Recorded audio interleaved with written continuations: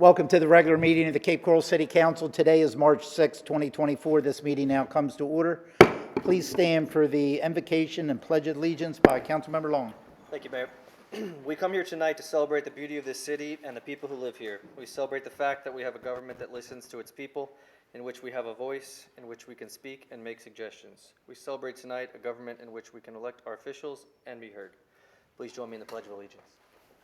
I pledge allegiance to the flag of the United States of America and to the republic for which it stands, one nation under God, indivisible, with liberty and justice for all.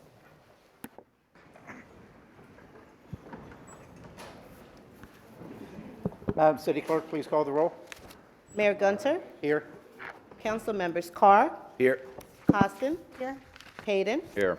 Long, Here. Shepherd, Here.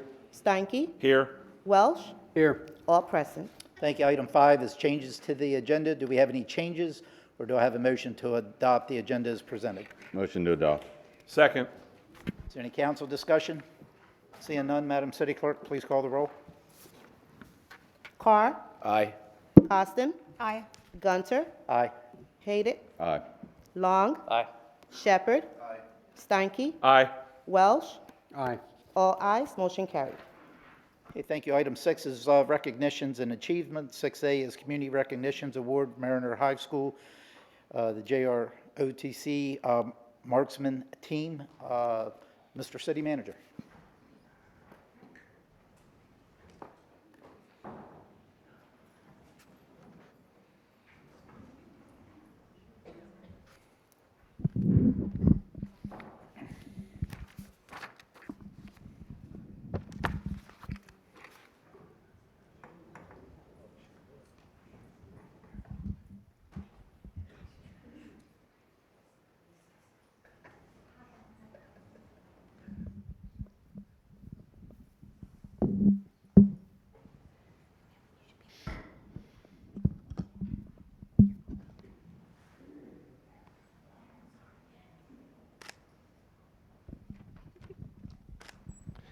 Good evening, thank you. Tonight's Community Recognition Award is being given to Mariner High School's JROTC Marksmanship Program. I'm pleased to present today's Community Recognition Award to the Mariner High School JROTC Marksmanship Program. They recently earned the title of 2024 Junior Air Rifle National Champions, as well as the Army JROTC Air Rifle National Champions. Please enjoy this brief video excerpt from the Lee County School District on Mariner's Marksmanship Program. It's a 3-minute video.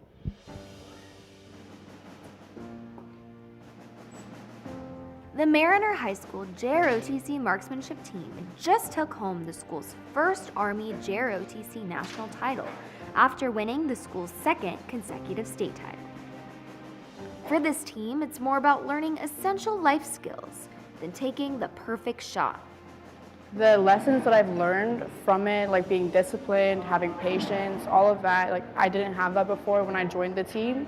So I feel like that really made me evolve into the person I am today. Actually, our favorite thing about the sport of shooting is the fact that it teaches so many life skills: focus, concentration, discipline. And the best thing about that for these kids is that translates back into the classroom. So you'll see these athletes with these type of skills really improve their academic performance, builds their self-confidence, their self-esteem. They're more inclined to talk in public or in front of people. I've changed a lot. I've made more friends. I'm more outspoken than I was in middle school or as a freshman. And I've really learned to be open about new decisions, new choices. Mariner's marksmanship team is coached by husband and wife Mary Beth and Major Brian Williams. Major Williams is the senior Army JROTC instructor, and Coach Williams is a volunteer coach. Our coach, Mary Beth Williams, is a great coach.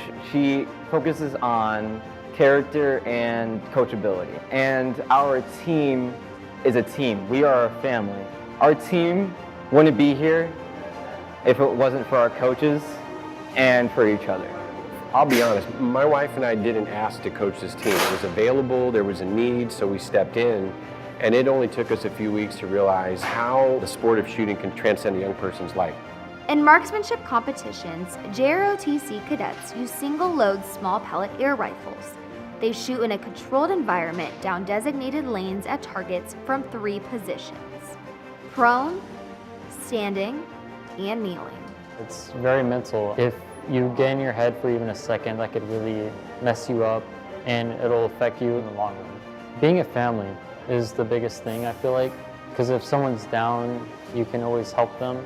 The secret formula to Mariners' success? Character. Their #1 focus is on developing young people of character and honing life skills and values. So because the kids, in order to be in a high-performing team, which is the culture we created, it means you have to be committed, you have to be consistent, you have to have a ton of focus and concentration and dedication. We don't focus on the results. We of course care about the results, the shooting results, but it's about character.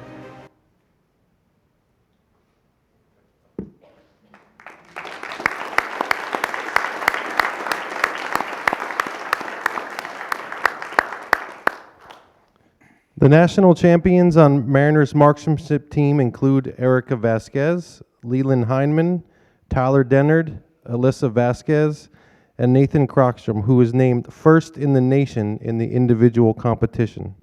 Mariners Team 2 was named the 5th best in the nation and include Malia Lowe, Zoe Enslin, Jacoby Changasi, Caitlin Berry, Jaden Hart. Thank you to Mariners marksmanship team as well as their coaches, Major Brian Williams and Mary Beth Williams, for their leadership and dedication to excellence.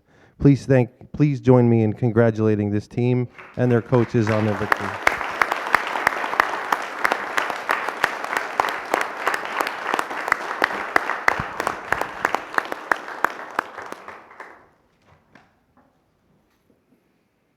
One, two, three.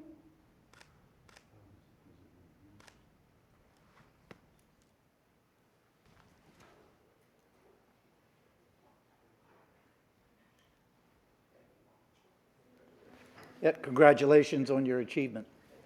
Thank you.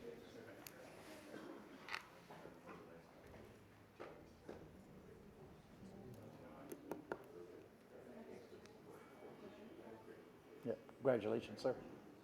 Congratulations. Good job.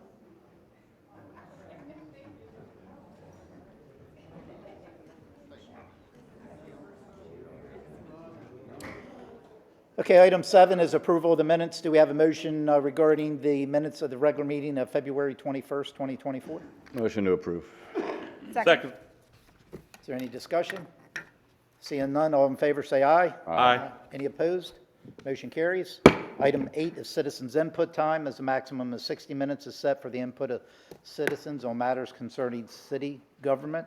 3 minutes per individual. Please remember to state your name for the record, and you address us as a collective body and not as an individual. And sir, you can go first. Yes, sir. My name is Steve Anishevitz. I live at 4229 Northwest 27th Lane. I'd like to have a discussion of contractors who are building houses and adjoining properties where they come in and stage their equipments, materials, roof trusses, dumpsters, cinder blocks, sand, cement, and dump whatever, destroying the pristine properties, and then leaving the destruction to the owners of the property to fix and repair.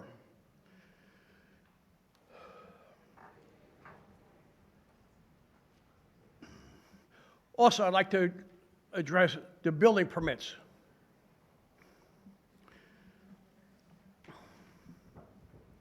Or occupancy, excuse me, without verifying the drainage on these properties.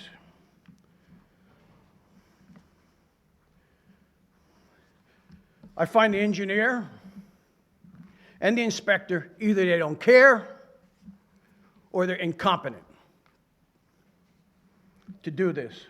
I live in a situation right now where I have a lake in my backyard. Not a pond, not a puddle, it's a lake. I've called the city last year 3 times a day, every day for 2 weeks. on every construction telephone number that's in the book. To this day, I have not received a phone call. This January, I called code enforcement for 3 days. Left a detailed message. To this day, I didn't get a response. Finally, I called, I guess it's office management. I got a phone call a couple days later from code enforcement, said they have no record that I even called them. Something must be wrong with the phone, he says. But I says, but we'll send an investigator out. Well, compared to last year and then this year, I don't think that's the case. Somebody's not doing their job. I tried to do the right thing this year. I went to who I thought was the owner.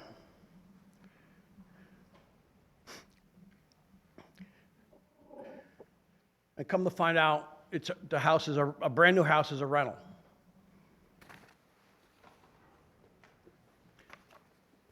The guy there gave me the owner's name, which the name is Derek, whatever that is. In my community. Thank you, sir. If you would, maybe have a seat, and we'll have a staff member get with you.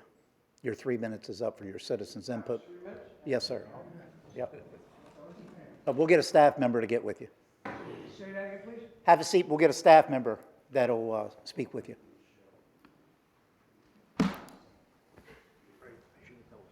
Okay, I would like to address the board and ask permission to be able to talk about an item that has nothing to do with what I'm going to talk about before I start without losing my time. Is it an item with city business? Yes.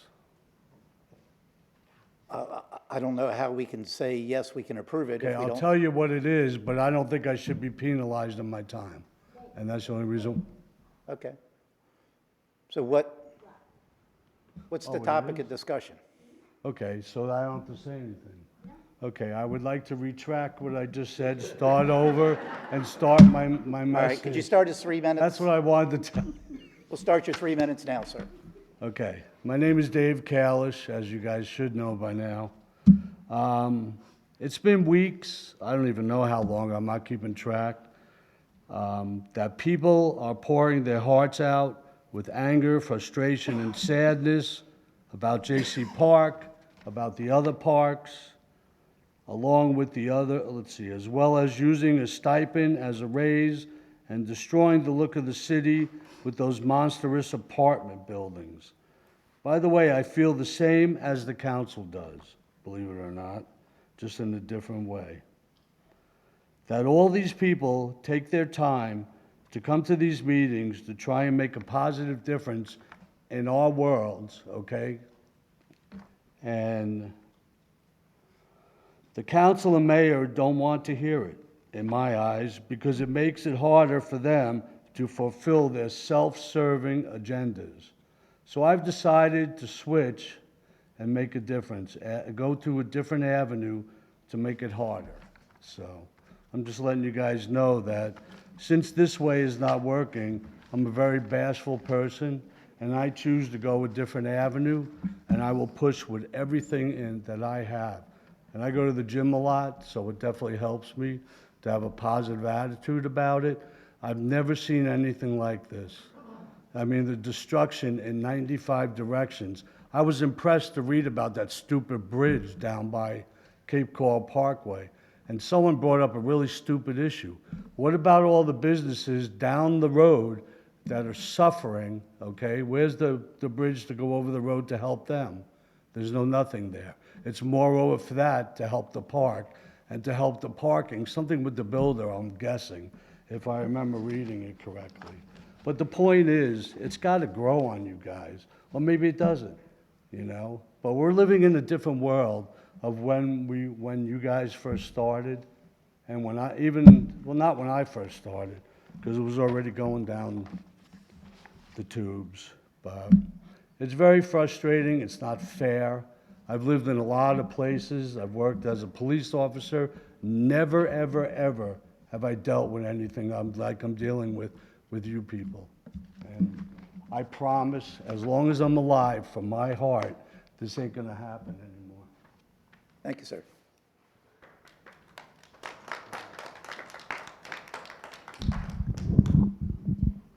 Hello, everyone. Sally Flash. I'm talking about J.C. Park as usual. I was at the park Sunday, March 3rd, and saw with joy and satisfaction that the park was full of people at 10 in the morning. AA was meeting, families were at the playgrounds with their children, many people were walking with or without dogs, and all the parking spaces were taken. This is a usual occurrence. Where will park goers park when the planned restaurant bar patrons take up all the parking, which is what happens at the boathouse at the yacht club? Last year, the city featured a concert at the park. The concert was in the middle of the park. All the parking was taken, including the overflow parking lot where the city plans to install a band shell. That night, over 212 cars were parked. The new park plan calls for 156 parking spaces. There will be no use of the overflow lot with the band shell planned for that location. Just look at Cape Harbor. They have an overrun of cars on lawns and side streets. There is not adequate parking. Your plans for this little 8-acre park, it has been surveyed by a resident, will overwhelm it at the expense of the people who want to use this space as a park, not to go to a bar and restaurant, just wanting to drive to the park and enjoying the river and the shade. I regard the city's plans as a taking from the thousands of us who now use this park, giving it to the unknown of the future. We await the announcement from the city of the result of negotiations to form a P3 agreement for greater private participation in the delivery of the planned park projects. We want our community to still have a say in these park plans so that the city does not make a huge mistake. Thank you. Thank you, ma'am.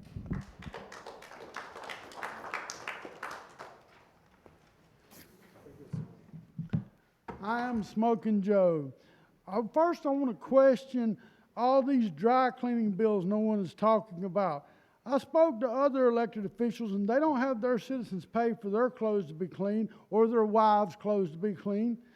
You know, also, why did Mr. Hayden stay at the Waldorf? Sir, you have to address this as a collective body, not as an individual. As a collective body, why did one of the members stay at the Waldorf Astoria? I didn't see nobody else. That truly proves y'all think we're peasants.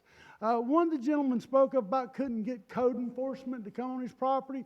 Well, another friend of mine who wanted to be here tonight had code enforcement on his property at 2:50 in the morning. What are you doing? If somebody come on my property before 3 a.m. in the morning, there's going to be a bigger problem. Unless it's an emergency, you don't need to be on these people's property because his landscaper set the timer wrong and it was water in his lawn. Now, what are you putting these workers in danger? Doing something like that. That's crazy. Take a picture, come back at 8 or something. Don't show up at 3 o'clock in the morning. And next, I want to talk about your Sodom and Gomorrah parade that you had downtown this weekend. Look, people exposed their bodies out there. There was people flashing. How many arrests were made for indecent exposure? I want to know. You can't answer it. You put all these officers, they're in the way, inside of this, you put them in danger. And I want to ask that one of you have the guts, because I told you last what the Bible says about being a coward, have the guts to grant Ariel Martinez, one of you, make the resolution to have a Jesus Day parade, as same as you do for the homosexuals. It's not fair. It's not what this community stands on. It's not right. I don't understand why y'all think that it's okay to expose our children, our community to this. This was nastier than Fantasy Fest in Key West. At least they paint themselves up. You had people doing gyrating motions with each other. It's obscene. Is this what you really want Cape Coral to look like? Look, and I know that they've done a lot trying to polish you up. Terry's doing a good job trying to change your demeanor. But, you know, down in the South, you can polish one up, but we still call a pile of poop poop. I'm Smoking Joe. Thank you. Thank you. Hey, Conrad. Kathleen Lopez, Beach Parkway. The urban development plan for Cape Coral is what our city council claims is the reason for destruction of J.C. Park. However, the report reads, the panel visited places like Yacht Club and J.C. Park that are highly used on the weekday on an off-season. The panel can only imagine what the increased use that occurs in these places weekends and tourist high season. As a waterfront city, Cape Coral must find additional places for its citizens to enjoy the water's edge. Notice that J.C. Park and Yacht Club most heavily used, and also additional, not destroying our park. Great cities celebrate, this is page 16, great cities celebrate the arts, music, sports, history, and cultural events. Cape Coral has little of that and should actively support civic awareness and pride, like the pride we have in our J.C. Park. Our city council is actively destroying the only historic area we have in our town, the Yacht Club. They have not even rebuilt our tourist destination fishing pier, but commercial entities are their top priority, as well as eyesore parking ramps. The panel's recommendation to create a regional park between 50 and 100 acres with cultural areas inside, as well as large tournament facilities, in addition to the proposed festival park, they were aware of the issue concerning soil remediation at the golf course. But given the scarcity of continuous acreage, the panel suggested the city purchase the property with the potential program use of shortened golf course, community event center, botanical garden, sports fields, playgrounds, and lawn areas. But no, we sold the park. Principle 4, identifying additional land for public access to the waterfront is crucial. Potential sites must be found north of Veterans Highway.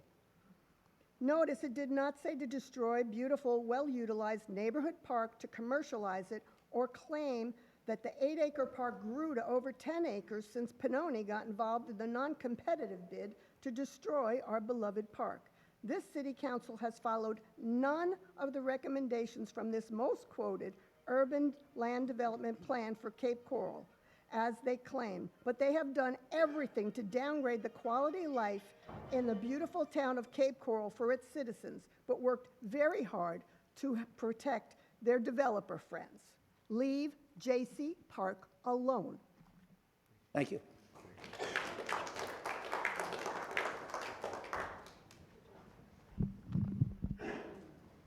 Anthony Karp, Cornwallis. Now, I'm going straight to the point. The voting citizens of Cape Coral want the immediate stoppage and termination of any and all redevelopment plans for J.C. Park. Hope that's understood. How do we know that? The Friends of J.C. Park have been to the four corners in the center of the city that encompasses all of your districts. We have had personal conversations with all ages and demographics. We have several thousands of hand-signed petitions of this city's voters. Your voting citizens are angry. Maybe you don't know, they don't realize it, that you all want to change the park they love. Suggestion, let's meet and talk with your concerned citizens, and they will tell you exactly what type of enhancements they like at the park there. Okay, so the group, the Friends of J.C. Park, are a bipartisan group. We have Democrats and we have Republicans working together for the same cause. And it's not just about J.C. Park, it's also about the stipends. We felt that we as citizens should have had the vote, been able to vote for your raise, stipend, whatever you want to call it. It's the citizens' right, and we felt that we feel offended that you took that right away from us. Myself, I'm a retired first responder. When I go to the park, I talk to many veterans of foreign wars. I talk to retired firefighters from all over the country, even firefighters and police officers from 9/11. Now, we moved down here because we wanted to get away from all the big city nonsense. You know, we're for responsible and sensible development at a reasonable pace. We would like you all to take that common sense approach as well. Anyways, let's sit down and talk about J.C. Park and come up with a sensible redevelopment there that basically is leaving the park as it is with some enhancements. We would like to, you know, maybe add maybe a firefighter, police, responder, small memorial, or maybe perhaps a veterans memorial in there with some seats and area that people can sit. It would help those that have PTSD, which I have talked to several. So with that said, let's sit down and have a reasonable conversation and do what's right for all the citizens. Thank you. Thank you. Good evening, Tara Jenner. In March of 2018, then Governor, now Senator Scott, signed into law SB 4, which made Florida the 9th state at the time to ban restrictive campus free zones. Now you might be asking yourselves, why am I talking about something that far in the past and dealing with campuses? It's because this last Saturday I had the dubious pleasure, no, scrap that, no pleasure, of going to the parade that was here in Cape Coral.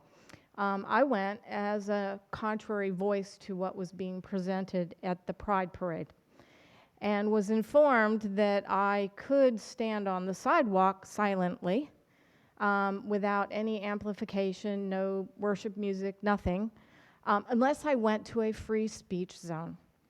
I find this antithetical to the rights of the individual, which are guaranteed to us by God and secured under both the U.S. Constitution in Article 1, Amendment 1, and also in the Florida State Constitution. Right to free speech, right to freedom of assembly, our freedom of religion, and if we really wanted to get down to it, if we wanted to call ourselves the press, and if you wanted to object to what the city council is doing by spending money on a pride parade, maybe even countering it as a position or stance on redressing grievances against the government, which is all 5 of those rights in the First Amendment. And I found it very abhorrent that I was standing on the side of the street and I was being flashed body parts that should not be flashed in public. I had F-bombs and other language hurled at me along with other epithets. And I'm like, is this really what Cape Coral stands for? And just so you know, I'm not hypocritical. I don't think that the city should be spending taxpayer dollars on something that is an agenda. And I would even go so far, even though I was on the street corner with Ariel Martinez on Saturday preaching the gospel, I don't agree that we should even have a Christian parade if it is funded by the city. If individuals want to have a parade, they need to supply their own security. They need to make the necessary arrangements. It shouldn't come out of the coffers of the people here in Cape Coral, because it doesn't belong to everybody. Now, previously, I've recommended that everybody go to Chris Ann Hall's website and fill out the employment application. I'm going to extend that recommendation to your city attorney and your county manager as well to look at this, because I understand that the prior county manager is the one who's being used as the scapegoat for why you have a pride parade in the first place. And just so you know that I'm really not a hypocrite, since I'm running for office, I've actually completed that document as well, and it will be posted on my website within the next week when it goes live. Thank you. Thank you.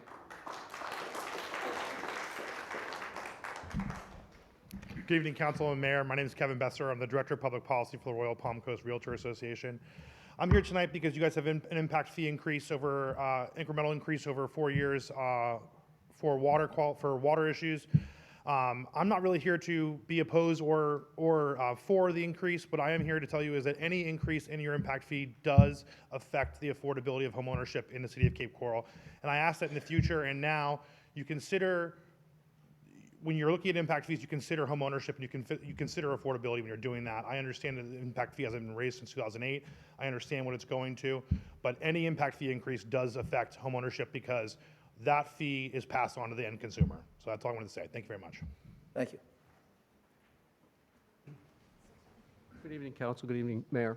My name is Keith Quackenbush. I'm a resident of District 1, a small business owner in District 1, and also the current term Vice President for the Board of Directors for the CCCIA. I'm here today to speak to you about the impact fees. I want to speak specifically about this against the increase, and I would ask the group, the council to really consider. This is a tax increase. You can put lipstick on a pig, but it's not an impact fee. It's a tax increase. It's a 30% tax increase. As the gentleman who just preceded me mentioned, we're at a point in time that increasing taxes, it's not coming from Washington, it's not coming from Tallahassee, it's coming from right in this room. I have a copy that I got on Friday of the capital expansion fee study, and there are tables in here, graphs, and we have the dubious distinction with this new impact fee of shooting to number one on a list of 21 municipalities in Southwest Florida. Passing Marco Island and Sanibel, Collier County. This is not something that I think the city should be aspiring to be number one in terms of the impact fees that they charge to residents. We've had property increases, we've had insurance increases since Ian.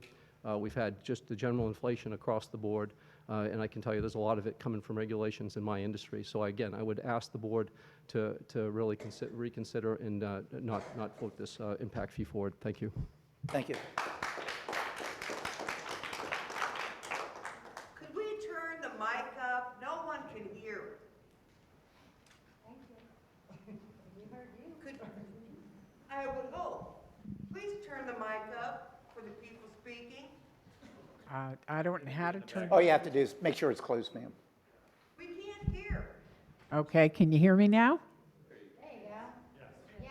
You have to bring it closer and more closer to your mouth. At any rate, my name is Lori Lehman, and a couple meetings ago, after the flooding in January, I had asked that the sewers be cleaned out. They haven't been since Ian. There's a lot of garbage in all of them.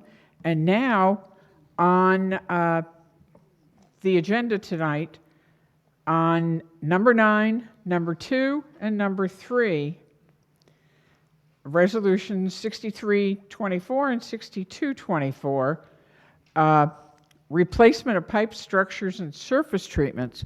Does that include cleaning out the current system? Something needs to be done, because every time it rains, everything floods, and that shouldn't be. We're replacing things, but we're not taking care of what we already have. Something needs to be done. Thank you. Thank you.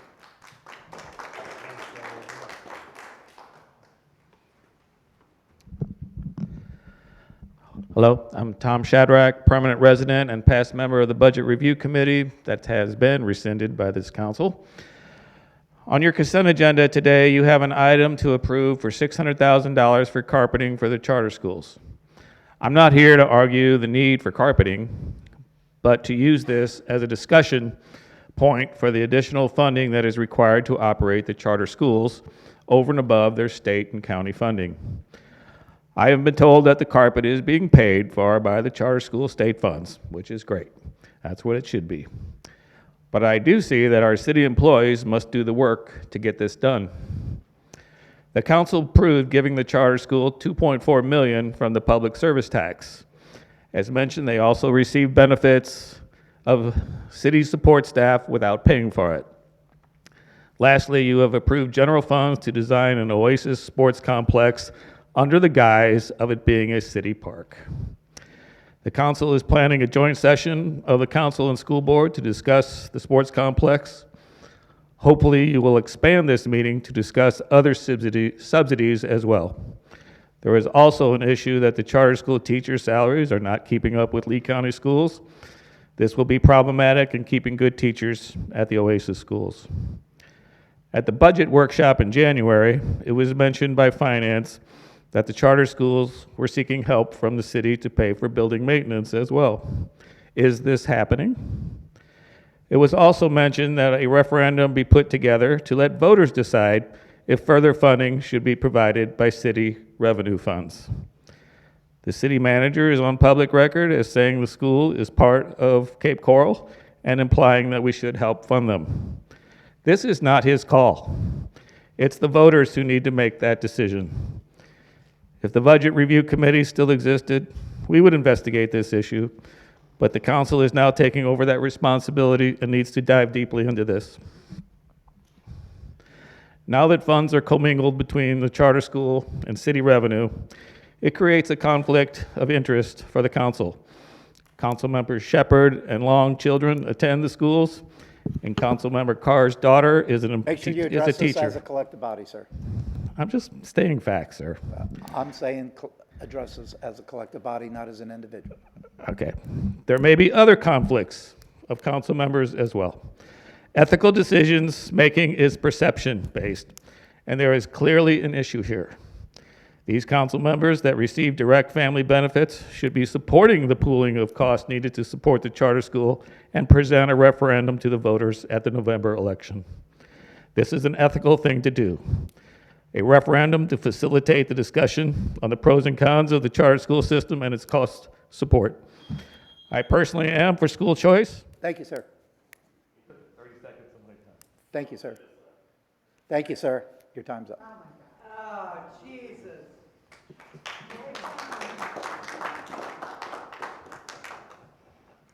Good evening. I'm Eric Loser. I'm the current president of the Cape Coral Construction Industry Association. I'm also a small business owner in Cape Coral. I'm here to talk in reference to the impact fees. Again, we're here representing the largest industry in Cape Coral and the future residents of Cape Coral. The ordinance before you was introduced less than a month ago at the COW meeting on the 14th of February, and it was brought to our attention after that. When we scheduled a meeting with the city manager, which we held last week, we were stated we did not receive any information on the ordinance prior to its introduction, and we did not receive a fee study until last Friday. So while we don't necessarily support or oppose the idea of impact fees, we do believe that we should be able to provide feedback and assess it and work collaboratively with the city as an industry to make sure that we're doing something, making that we're doing the right things. So the city manager sent us that study on Friday, and due to these circumstances, our impact fee task force has not had the proper time to review, and at this time we can't support the ordinance as written. We do ask for a 2-week delay so we can review it and provide feedback, but if we can't provide feedback, we can't help the city do the right thing. So that's all we have. Personally speaking, I'm not for or against impact fees. I understand that we have a lot of requirements in the city, and we're also facing a slowdown in the housing market. We just want to do the right thing, and we want to have the time to assess it and make sure that it's well vetted. Thank you. Thank you.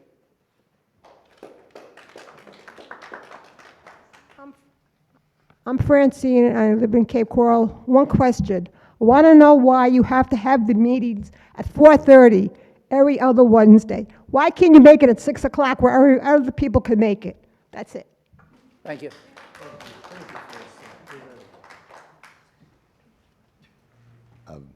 Mayor, Council, Philip Ford, representing the Lee Building Industry Association. I'll keep it short and sweet. We just concur with the CCCA and support their efforts to delay this for a couple of weeks till we have a chance to review it a little bit thoroughly and decide then whether to support or oppose. Thank you for considering that. Thank you. Hello, I still have one question. Last week, last council meeting, I asked about the recall of the votes that were taken, and I heard afterwards that I was wrong. I did more research on that, and if you're not on the dais legally, anything you voted on needs to be readdressed. So please let the people know when you're going to readdress those items. And, I listen to people about the cost, the money you guys are spending, your expense report, dresses being paid for. I would like to know when you guys are going to give your financials, your financials that is now ordered by the state, so that you could sit in those seats and we can see actually where the money's going. I don't know what the deadline is. If somebody could tell me that, that would be great. And that'll give us a little more information on whether or not you are qualified to do our budget if you can't do yours. The other thing is, you got rid of all the citizens' input committees, and you said you were going to do town halls. I must have missed them. How many have we had? I guess none. So you need to start getting in with the people. If you're going to take over the roles of the citizens and the volunteer time that they put in, at least let us know what you're doing, besides the hour crap session that we have here every other week. Thank you. Thank you.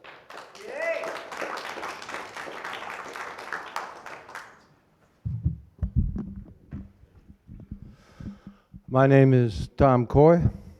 All right.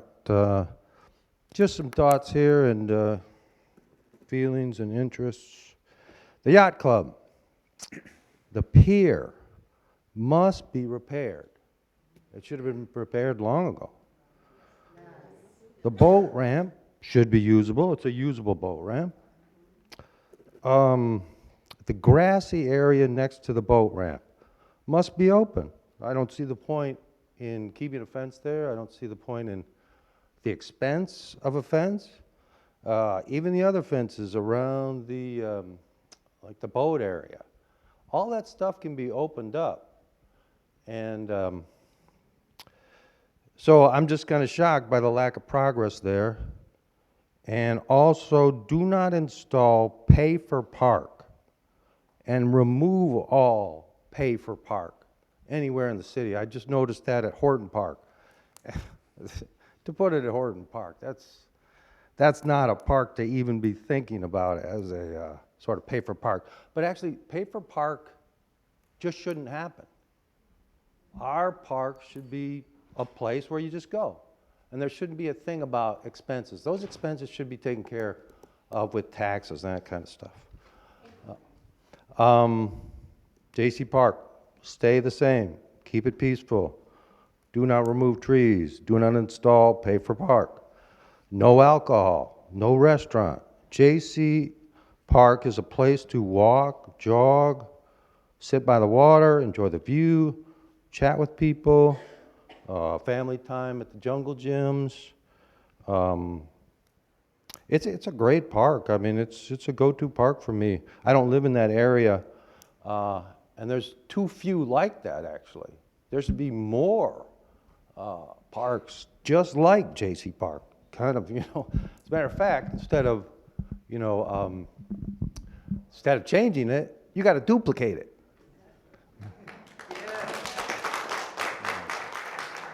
Okay. You've been installing posts in some of the parking next to the river at J.C. Park. You got to take those back out. All right. Yeah. Okay. I really don't have much time there. What was traffic? Traffic is really the main concern that you've got to be thinking about with any of this development, is what to do about traffic. Piney Point, Rotary Park, that is an incredible beach frontage that all the citizens of Cape Coral should be able to use. Thank you. Thank you, sir. Anyone else wishing to speak during citizens' input? Seeing none, citizens' input is now closed.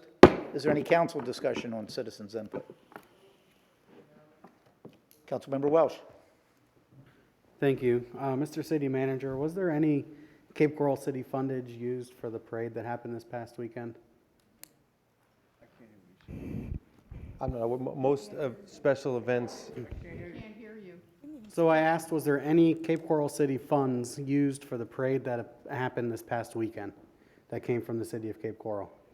Special events have to apply for permits, and they have to pay for police officers for security. So it wasn't city funds that paid for the police coverage? It was the... You have plenty of seats up front if you can't hear. So you're saying that the... People in the back. Excuse me, ma'am, it's my Yeah. turn to speak. No yelling out. That's the only time I'm And going if to you tell wanted you. to come up to the podium, you could have if you had questions. I'm just making sure there was a resident who thought that there were city funds used for that parade, but that was all paid for by the organization that put it together, correct? They're required to fill out a special event permit, which, depending on the size of the event, goes through a review, and any impacts that are to be experienced by the city departments have to be funded by that. So if it required 5 police officers or 15 police officers, those are paid for by the event. By the organization, not by the city. Okay, that's what I just wanted to clarify. I also think that having an Easter parade down there, if you want to get a few churches together, whether it be Grace, I know First Baptist is right there, and also First United Methodist. If they want to do an Easter parade, I think 47th Street would be a great place to do that. I don't believe there's a resolution for a Pride Parade. I don't believe there should be a resolution for an Easter parade either. But if an organization wants to come together, I think it's our job as a city to have that available, and I believe we do that. So, thank you. Councilmember Cosden. Thank you, Councilmember Welsh, for making that clarification. I have a couple questions on other issues. The gentleman that spoke in the very beginning, did we have a staff member, the construction issues that he was talking about? I think I saw Matt. Okay. Yep. Just want to make sure he's going to be addressing that. Okay. The sewers, have they not been cleaned since Hurricane Ian? That was, All of our storm sewers, our city, we have a stormwater department that goes through all the storm sewers and cleans them, as was witnessed by our residents after the January 15th event, where we had 3 to 4 feet sitting in our roadways. All of those drained, with the exception of a few where we had an emergency failure that needs to be repaired. So people that recently moved to the city, when they see standing water in the swale, they believe that's flooding. That is the way our environment and our stormwater system is designed. So nutrients, petroleum products, pesticides, fertilizers, all of that is meant to sit in the swale and be absorbed into the earth and not make its way into the catch basin and out into the waterways.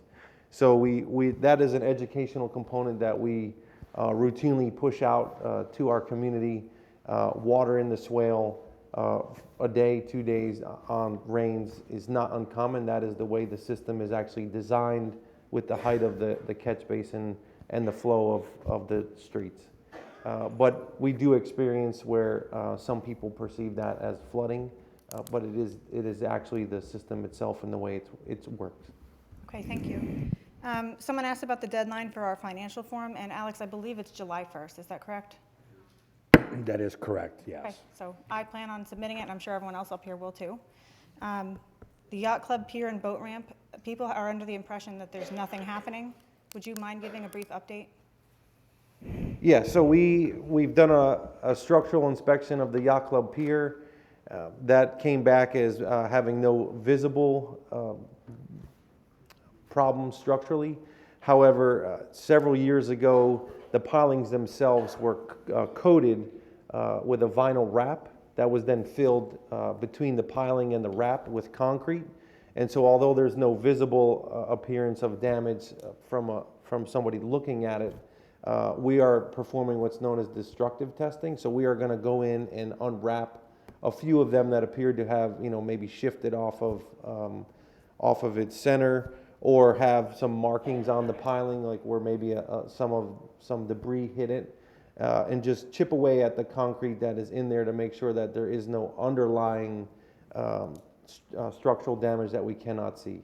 That was scheduled, and we already have a contractor under contract to perform that work. We're waiting to get that report back. If that comes back clean, then we do intend on seeking money to get that repaired. So we've been through visual inspections. We've already contracted with the contractor to perform the diving and the destructive testing. We're just waiting on that report to come back. Councilmember Steinke. I was just going to announce the July 1st date.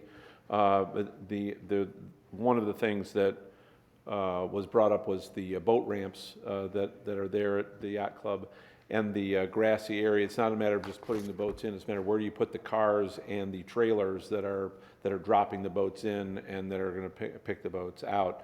And so there's a staging area that's required for all of the machinery that's going to be required to do the deconstruction there and to remove the fences. And so to take all of that down, make the ramps usable with the finger piers that would be necessary for getting to the boats, and to clear that out, to then just shut it down again didn't make sense.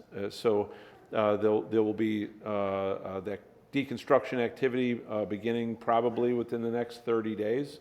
And then if there's going to be any major delay between the deconstruction and reconstruction, there's already been a commitment to take a look at the potential of opening those on a temporary basis until we can actually get the reconstruction underway. So thank you, Council Member, for dealing with the pier, but that's the issue with the boat ramp as well. Okay, thank you. Seeing no other comments, we will move on to the next item on the agenda, which is item 9, business. 9A is the consent agenda. There is one item I would like to pull on the consent agenda, which is item number 1, Resolution 3624. I know the Supervisor of Elections, Mr. Dool, is here to speak on that particular resolution, so I'd like to pull that particular item for discussion. And with that being said, if there's no other items, I'd entertain a motion for the remaining items. Motion to approve. Second. Is there any council discussion? Seeing none, Madam City Clerk, please call the roll. Carr, Aye. Costin, Aye. Gunter, Aye. Hayden, Aye. Long, Shepherd, Aye. Steinke, Aye. Welsh, Aye. all ayes, motion carried. Okay, now we have Resolution 3624. Before we have discussion, Mr. Dool, who's the Supervisor of Elections, if you'd like to come forward. I know you'd like to speak on this topic tonight.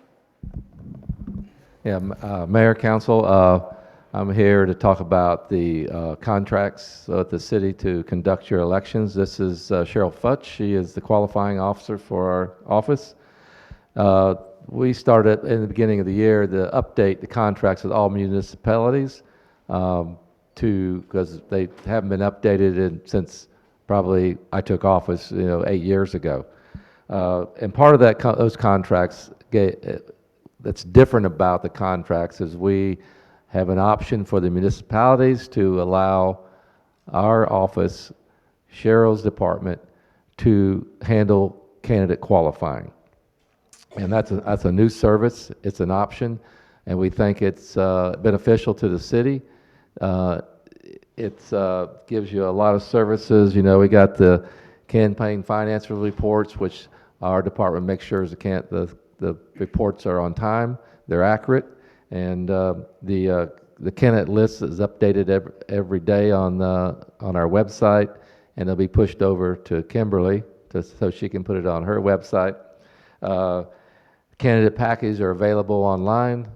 The financial management filing system is an online filing system. It's a self-auditing system that we use, and it's very modern. Notary services, of course, petition processing for petitions for either for initiatives or petitions for candidates. We don't do initiatives? Okay. We do the initiatives, we just don't do the PACs. Okay, right, I didn't say PACs, okay. Yeah, okay. Yeah, what she's referring to, any city generated PAC, political action committees, we don't handle those for the city. Just the qualifying of candidates and what they need.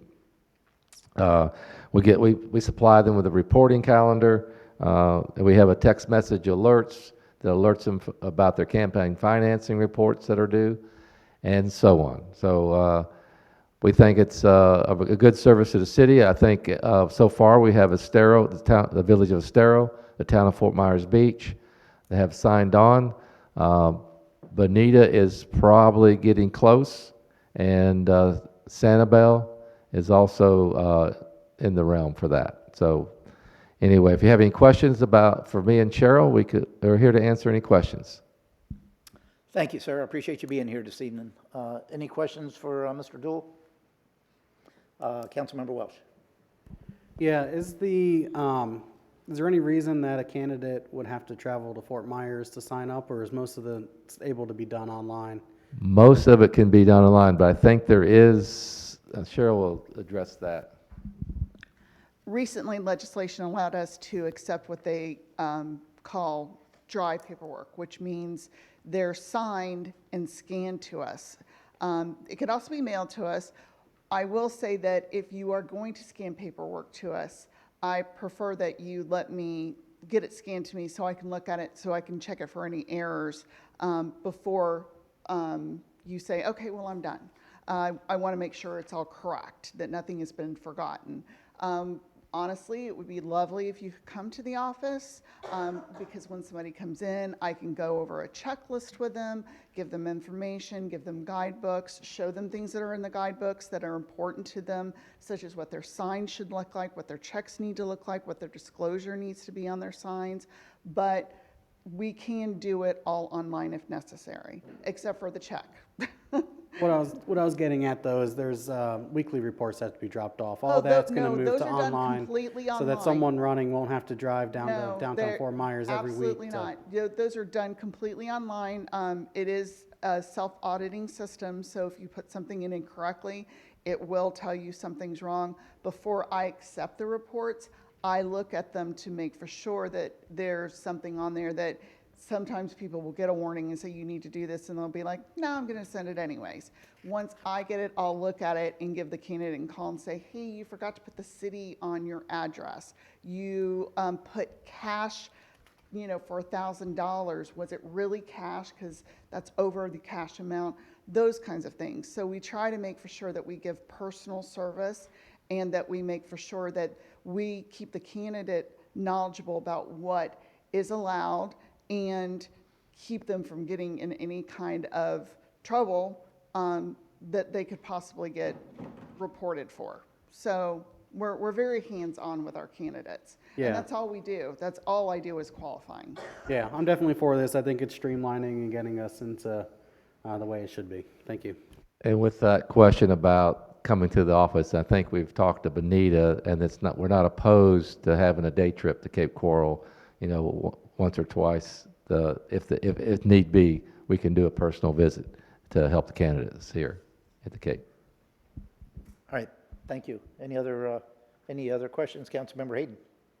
Yeah, assuming this passes, becomes effective immediately, correct? So that'll include this year's election cycle, so that people that have filed so far. Yes. Is that an easy transition for them now, and no issues for any other candidates moving forward for this year? I think the process now is, I think we do have a signed contract, right? We just have to get your approval, and it has to be recorded with the clerk of court. Okay. Yeah. Yeah, and it'll go effect immediately. Thanks. Okay, any other discussion? Seeing none, I will entertain a motion for Resolution 36-24. Motion to approve. Second. Any discussion? Seeing none, Madam City Clerk, please call the roll. Carr, Aye. Costin, Aye. Aye. Gunter, Aye. Hayden, Aye. Long, Aye. Shepherd, Aye. Steinke, Aye. Welsh. Aye. All ayes, motion carried. Thank you, Mr. Dool. Thank you, Mayor. Thank you. Okay, we'll move on to item B, which is appointments to boards. We do not have anything listed. Item 9C is unfinished items. No items under follow-up items for council that is listed. D, E, and G, which is new business, personnel actions, petitions to council, and follow-up items for city manager. Nothing listed there. Mr. City Manager, you have anything? Nope. Okay, item 10 is ordinance and resolutions. We do not have any quasi-judicial hearings tonight. Under 10A, 10B, we do have a legislative public hearing. Ordinance 12-24. Madam City Clerk, please read the title. Ordinance 12-24, an ordinance of the City of Cape Coral, Florida, amending the City of Cape Coral, Florida Code of Ordinances, Chapter 2, Administration, Division 2, Utility Capital Expansion Fee, Extension, Section 2-24.3, Fee, Imposed, and Time of Payment, which establishes the existing North 1 East Utility Expansion Area, Fee, Legacy Rate, Table, and updating the Utility Capital Expansion Fee tables for all other areas of the city that shall not be encapsulated within North 1 East Utility Expansion Fee Table, and amending Section 2-24.6, Review of Fee Structure, which sets forth the statutory reference mandated within Section 163.31801 of the Florida statutes, providing severability and an effective date. Thank you, Mr. Mason. Good evening. Sir, good evening. Mayor and council members, Mark Mason, Financial Services Director. Before I introduce Jeff Dykstra to come up here and give the presentation with regard to the water and sewer capital expansion fees, I want to point out that there's apparently some misinformation that's been out there with regard to that this increases rates. This does not increase the water and sewer rates. It only is these are one-time charges that are for new construction only and only impacts at that one and only time. So it doesn't impact the residents other than if it's not collected, then we have to find the funding somewhere else, but that's about it. Okay, so let me start out with, we have Jeff Dykstra here with Stantex, who performed the capital expansion fee study, and will give a presentation on the results of that study. Thank you. Good evening, Mayor, Council. Good to be with you again. As Mark introduced, we've got a brief presentation, and then please feel free to ask any questions, and we'll give a summary of the results of the capital expansion fee study and the recommendations we have. Mark did a good job summarizing the capital expansion fees, but these are one-time fees that new development pays. This is the way one of the ways that growth can pay for itself. New growth within a utility infrastructure requires additional capacity and expansion of facilities, and so in order for that to be funded, capital expansion fees, such as what you have, are one means to do that. With that in mind, there's a couple specific uses that you can use capital expansion fees for. One is to pay, directly fund a growth-related project. The other use of those funds is to pay the debt service that may have been taken out or that was taken out to fund a capital or expansion or growth-related project.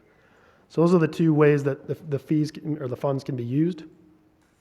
What we found just at a summary level as a result of the study is that the city's current fees are below your cost to provide new capacity. And so to the extent that there's a separation or a gap between what the costs are and what the fees are, to the extent you're going to do the projects or continue the growth, those would be subsidized by your ratepayers. One of the main drivers for the fee increase this time around, the last time the city did a study was roughly 4 or 5 years ago. But the main driver this time around is some of the major capital expansion projects that you have really across all services, water, sewer, irrigation. There's a couple big plant expansions planned. When we presented this slide to you a couple weeks ago, one of the additions that was asked by the council was to show the estimated completion date for these projects. And so these are funded through fiscal year 2027, but as you can see, just staff has provided estimated completion dates for each of these projects. From a cost perspective, these fees haven't been adjusted in totality. There's been some movement within the fees, lowering some, increasing some over the last, during the last impact fee study and over the years. But in aggregate, at the current level of $6,750, these fees, that aggregate level of the fees hasn't increased in quite some time, at least 15 years. During that time, just to put things in perspective, the Engineering News Record Construction Cost Index, which covers cost of labor, steel, cement, the type of material that are used in utility infrastructure construction has increased by 61% during that time. One of the reasons that one of the implications of not establishing fees at their full cost is just the call it lack of revenue that you would have otherwise received had the fees been at cost. And so what we ran a projection through the last rate study numbers that we did, and estimated recovery about $20 million less if you leave fees at the current levels over that time.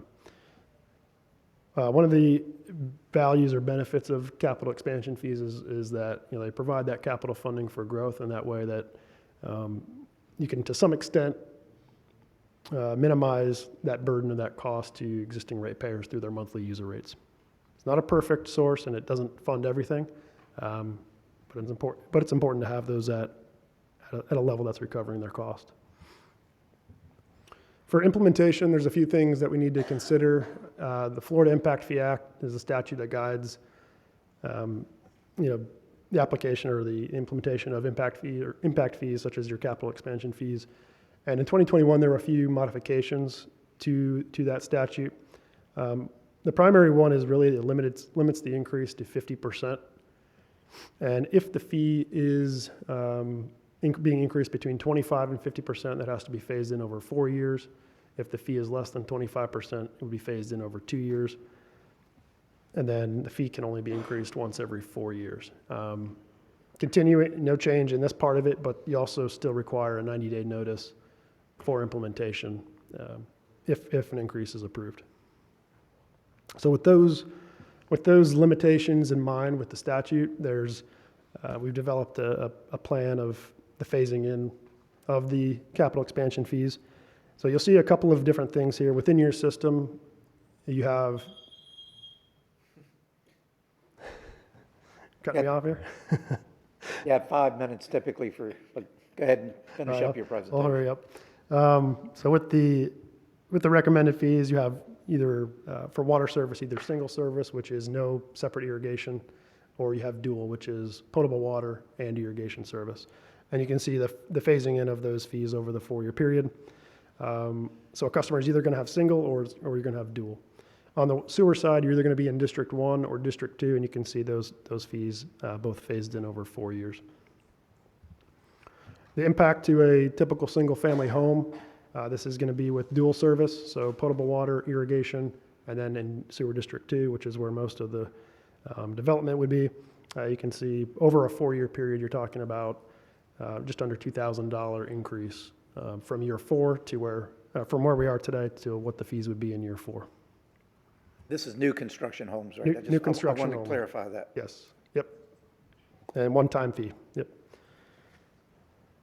From a local comparison, we provide this graph and this figure for you just to give some perspective on how your current fees compare to others in the area. One of the additions to this slide that council had asked for was just, again, what are the effective, when were the fees adjusted by these other communities? Roughly half of them have been adjusted or became effective within the last 3 or 4 years. You can see the dates there.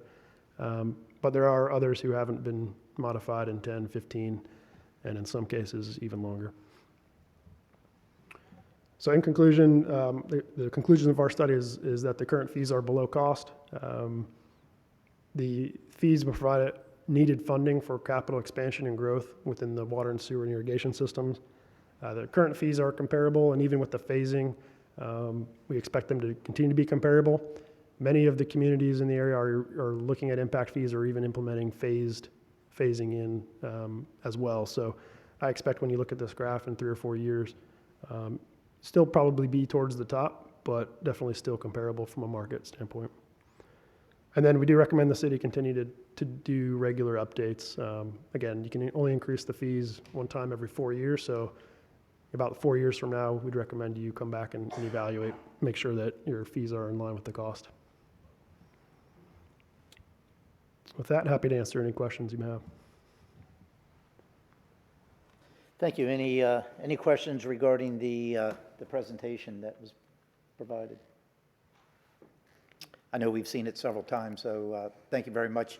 Mr. Mason, you have anything to add to that? No, sir. Thank you very much. Okay, I will now open up public hearing. Anyone wishing to speak on ordinance 12-24, please come forward. We use the podium to my left, your right.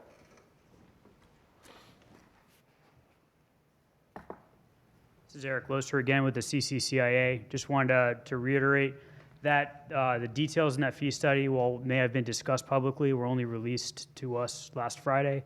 We would like to review it and be able to provide feedback and help the city. But at this point, we haven't had the details and enough time to review it and make sure that everything is equitable, making sure that some of the math is obviously right. We hope it is, but it's good business to make sure that we have some transparency. Thank you. Thank you. Anyone else wishing to speak?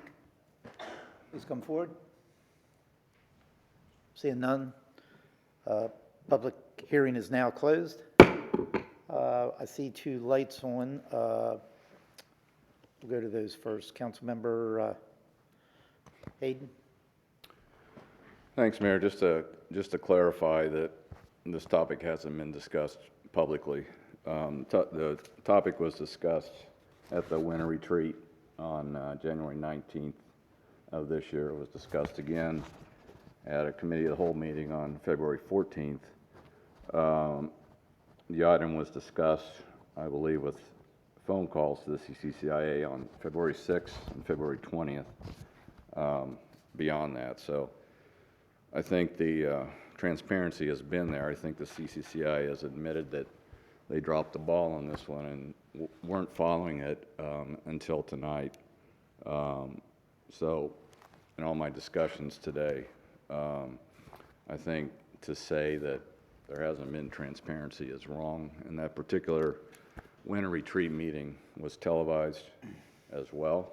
So there was even more transparency than there's ever been for one of our winter retreat meetings. And I also wanted to ask the city manager if he wanted to add any more to these discussions. I know you're having a meeting with them tomorrow, and how this may have fallen with the quarterly reports. You meet with them, I believe, 4 times a year to discuss any issues, and getting to transparency, how that has worked for you.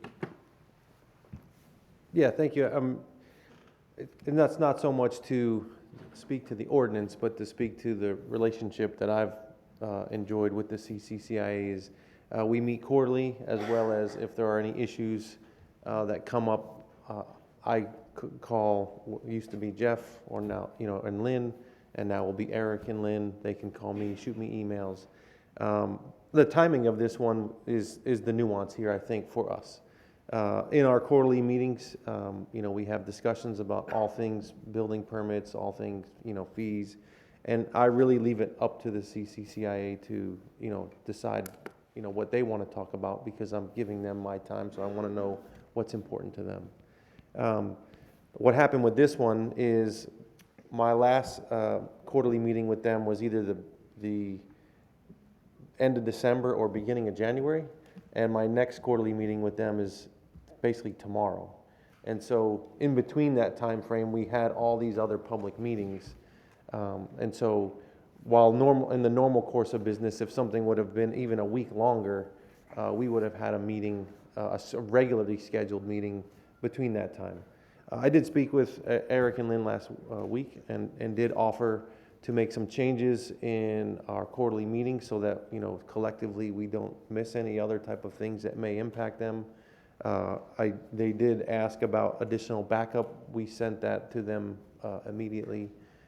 So, I am committed to working with them on all things. Mike, when you met with them last week, did they ask for more time to review? Yes, they asked for the 2 weeks that was asked for tonight. I mentioned to them that we have 90 days, so this, even if it's passed tonight, this will not be implemented for another 90 days, and so I would embark on a journey with them to educate their members on anything that they needed, help provide any, go to meetings, whatever it is. I think tonight I learned a little more. They want to be able to dive through Stantec's work and fact check some numbers. So, that's a lot of work. It's a 50-page document that, they put months and months into. I don't know how they're going to do that in 2 weeks anyway.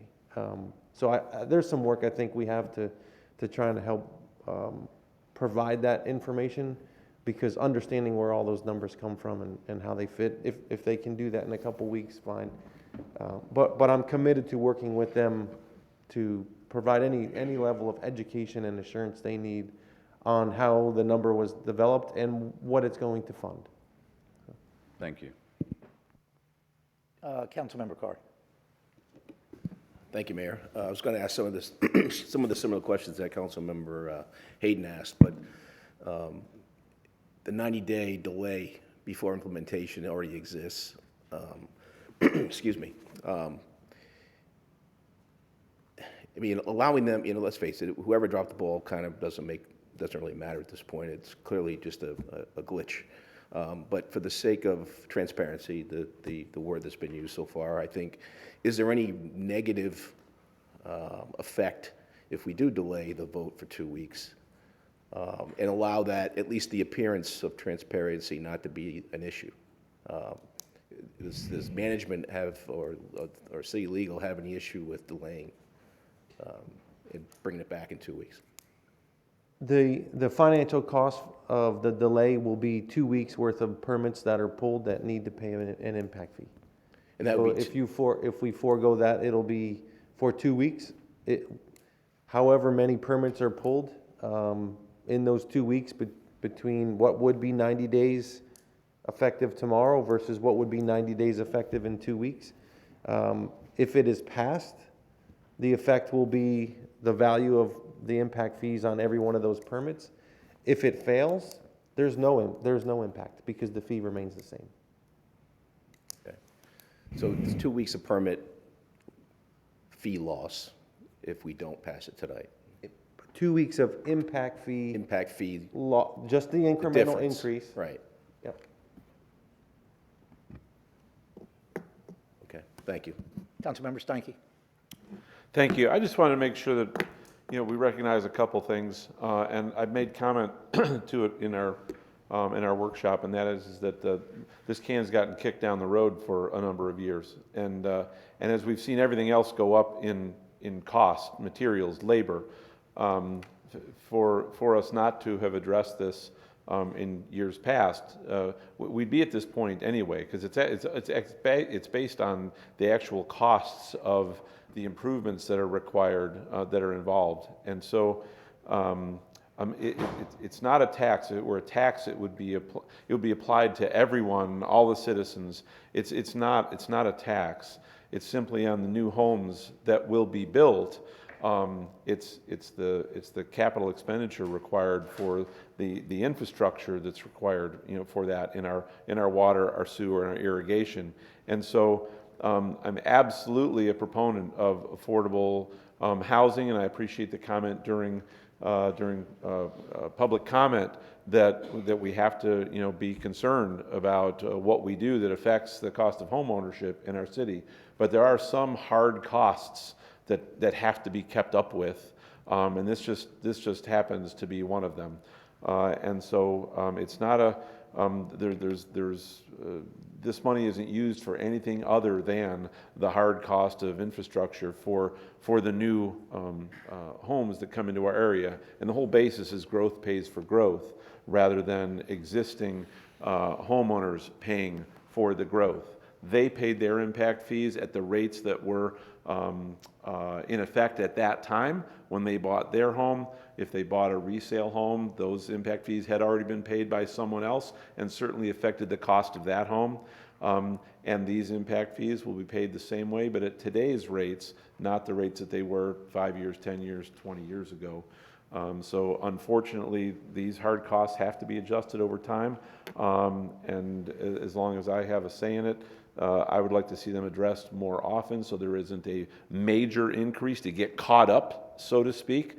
And because of that catch-up, that's why they're being spread over 4 years rather than the entire amount that truly is required being implemented right away. And that's the 4 years is the most that we can spread that increase out over. And we also can't increase it again for 4 years. So So hopefully we'll get on a path of reevaluating this on a more frequent basis, so there isn't quite a shock to the system when we have to accommodate for the higher costs involved in putting the infrastructure in for these units. So that's it. Thank you. Thank you. I got a couple comments and a question for the city attorney. And I agree with you, Councilmember, I just forgot you. Stanky. Yeah. I know I do. What I want to ask is very similar to what Councilmember Stanky said, was 2009 is the last time that this has really been reevaluated and looked for any type of an increase.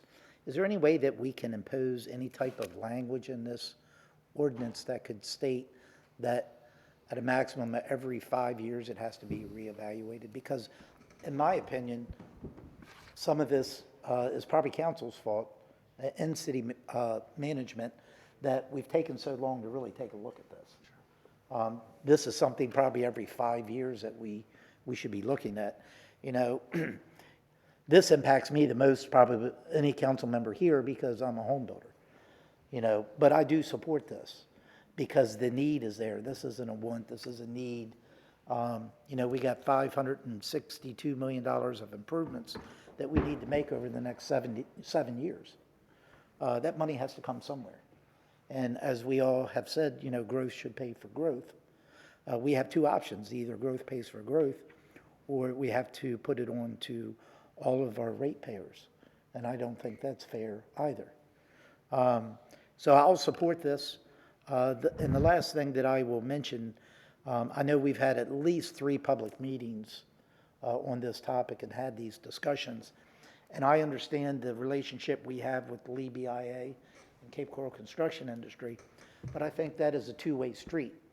In my opinion, the executive directors of those organizations should be looking at our agenda every single week that it's published to see if there's something on there that's of interest to them. So I don't think all the burden lies on us. I think that is something they should do. If I was in their position, that's what I would be doing on a weekly basis. It's posted online, easy, accessible, and take a look at it and see if it's something that's going to affect their industry.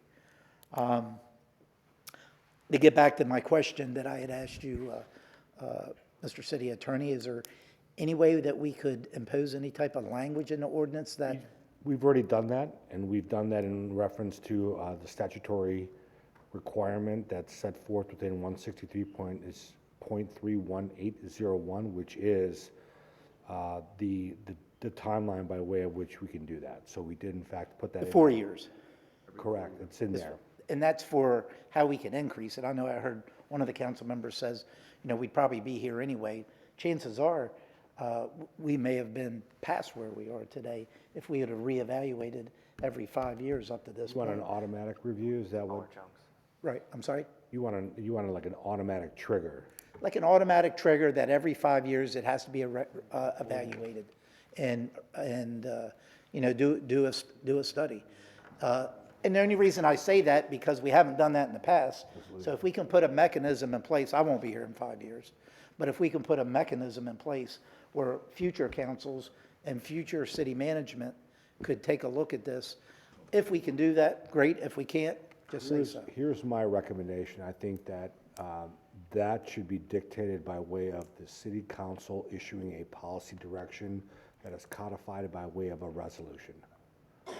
And if that's the will of the council, then the city attorney's office can prepare that consistent with what is authorized under statutory law, and then present that to you, either a committee of the whole if you want, or directly at the next regular council meeting.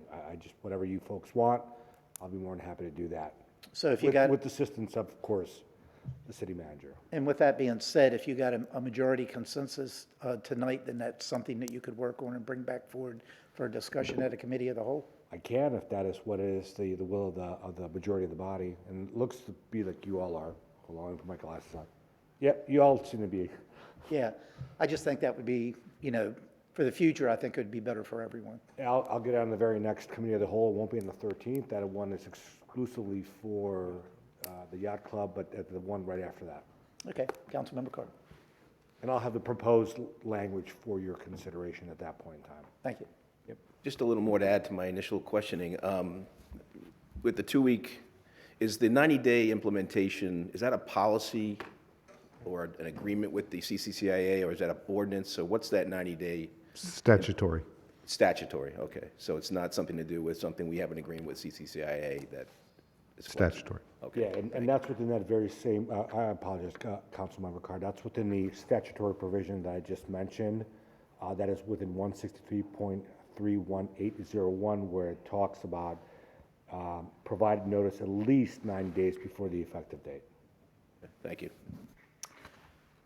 Councilmember Welsh. When we do talk about putting in a policy of every 4 years, could we have some cost of what the study actually charges when we have that, well, when we have that discussion on the cap?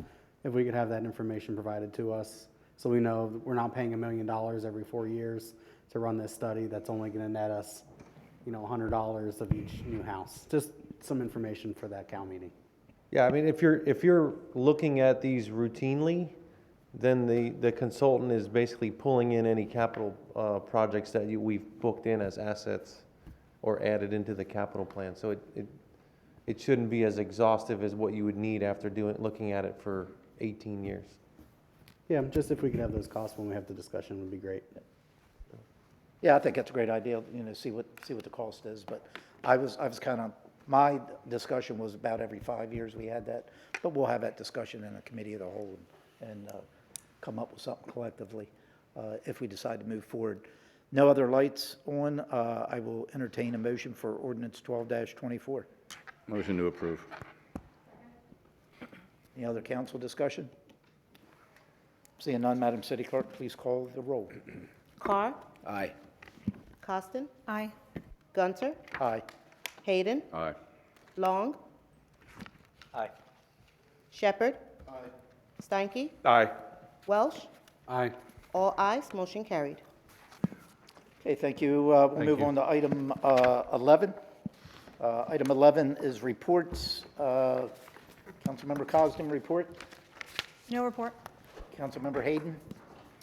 Yeah, just real quick, last night's youth council meeting that we had, joint meeting, third one that we've had, as like the previous two, I think it was a tremendous discussion on many topics.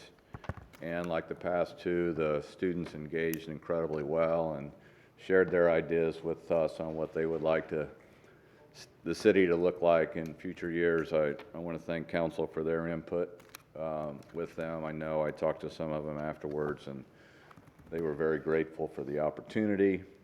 Mayor, you suggested that maybe we do this more than once a year. And I think when we set this up 3 years ago, I had hoped to hear that at some point because we know we get a lot out of it. So again, thanks to the students for being here, participating, and again, for anyone that wishes to see how well these students work together, there is a youth council meeting at 3 p.m. this Friday. Thanks. Councilmember Long. No report. Councilmember Shepherd. Yeah, I just wanted the citizens at home watching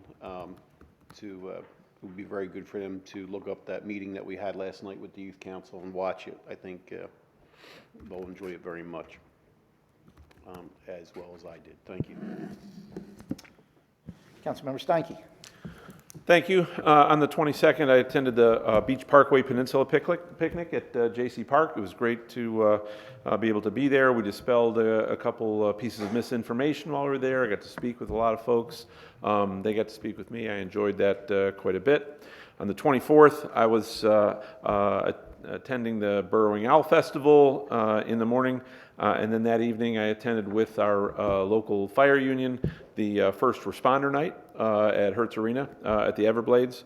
On the 27th, attended the Affordable Housing Advisory Committee meeting, of which I play a role in. And then on the 28th and 29th of February, represented the city at the annual Southwest Florida Climate Summit. And then on yesterday, I also attended the joint Youth and City Council Workshop. Once again, for those at home, I would absolutely encourage you to watch that. Those are some brilliant kids. They are our future, and they were awarded the 2023 Municipal Youth Council Video Competition Award for the state of Florida, which is awesome. They gave us some great input. I think was where Mayor's thoughts of doing it more often came from. To have kind of out of the mouths of babes, as we've heard, it's awesome. So I'd encourage anyone that's interested to see what the youth of our city think about what we should be doing as we move our way into the future, when the city will basically be turned over to today's youth to manage it and take us into the future. So that's it for me. Thank you. Councilmember Welsh. No report. Councilmember Carr. Just one thing, I had the opportunity and was invited to read to some young third graders at Pelican Elementary last week for Read Across America. One of the kids thought that I, in his mind, sounded like Dr. Seuss would sound if he was speaking to them. So I'm not quite sure how to take that, but I thought it was interesting, and I had a really good time, and I appreciate the invite. Sound like a new nickname to me. I've been called worse, so. My report's not too long tonight. Attended Lee County Recovery Task Force meeting. We voted to move that plan forward. I know city manager and city staff, I believe, will be bringing that back to us at some point. And so those meetings have concluded. We have adopted the plan or a recommendation to go to the county commissioners, who will ultimately approve the plan. That's been about a year-long process, a little over a year, but I think we're headed in the right direction. Identified a bunch of regional needs, and I look forward to being able to put that $1.1 billion in the right areas for us regionally, and also here for the city of Cape Coral. Also, as a guest speaker at the 22nd Annual Burning Owl Festival, I believe, if my memory is correct, Councilmember Carr, Councilmember Hayden attended that as well. Also on February 26th, myself, the city manager, and the fire chief and his team went to Orlando to participate in the accreditation hearing for our fire department. And I'm pleased to announce that we were accredited. Our fire department is accredited, number 28th in the state of Florida, and just a little over 300 in the country. So I know that is a big achievement that Chief Lamb, you've been working on for several years now. I know that was something I spoke to you about several years ago, not knowing that you had already started that process, but great achievement, and thank you for all your hard work and your team's hard work to get us across the finish line and have that recognition nationally, so thank you. Also, on the 28th, participated in the Florida League of Mayors Veterans Affairs Committee meeting. I'm the chair of that particular meeting. We have monthly meetings on that. I know our communications department is trying to put together what we are doing here at the city as far as our Veterans Affairs, what we do for our veterans between the Memorial Park, all the initiatives. We're going to come up with hopefully some type of a educational video that we'll be sharing, or I'll be sharing with other mayors throughout the state, just to show what we are doing for our veterans here in Cape Coral. So once we get that together, I'll make sure I'll bring that forward so all of you could see that as well. And lastly, this afternoon, I presented a proclamation for the Pace Center for Girls in Lee County here. I've done that each year. It's a great program for girls that are in that program. And when you sit down, I sat down with many of the board members today just to hear. Councilmember Hayden, I believe, he participated as well today. Just to hear the success stories is just amazing of what they're doing for some of the girls here in our county that just need a little extra help, and they're there for them. So congratulate the Pace Center in Lee County for all their hard work, dedication, and what they have achieved for those students. And that's all I have. Mr. City Attorney? Briefly, I just would, there's a bit of inaccuracy regarding some of the public comment, and I just wanted to clear that up in reference to the charter school. That is controlled by our ordinance, and that ordinance is very specific regarding what may or may not be brought before the electorate. So, and I wanted to clear that up because that was not an accurate statement. It's delineated within 26-16, and what was being said was not entirely accurate. So I wanted to clear that up because it is a ordinance provision that we're governed by, and what was stated, and I'll certainly defer to the city manager, was not entirely accurate. Thank you. Mr. City Manager? I think the reference was to whether or not there was a recommendation from my office to fund the charter schools. That comes from the charter school governing body. My responsibility with the finance director is to put it into our proposed budget for you all to adopt. I don't know what the reference was. I have made statements that they are a part of the city, and I do look at them as part of the city. They're in our code of ordinances. I work with Jackie. But as far as making comments that I'm recommending that we fund them, I have no idea where that's coming from. I know that didn't come up during the budget workshop that we had in January. Well, I've had my assistant look through it. It's not in there. We had a discussion about teachers' fees or teachers' salaries, if you all recall, as well as there was a request to see if we would take over more of the lease items to free up some money. But that's not my call. And I know that, so. Any other report, Mr. City Manager? I do, thank you, Mr. Mayor. I just want to let everybody know that we are going to have a temporary closure of Coviello Park. That is occurred basically starting today through Friday, March 8th, while we build a fire break between the homes that are adjacent to the park. This way, should there be a natural park fire in its native state, we have the ability to make sure there is a gap between the native parklands and the improved properties. So we are going to be experiencing a closure for the next couple of days while that work takes place. There will be heavy equipment on site.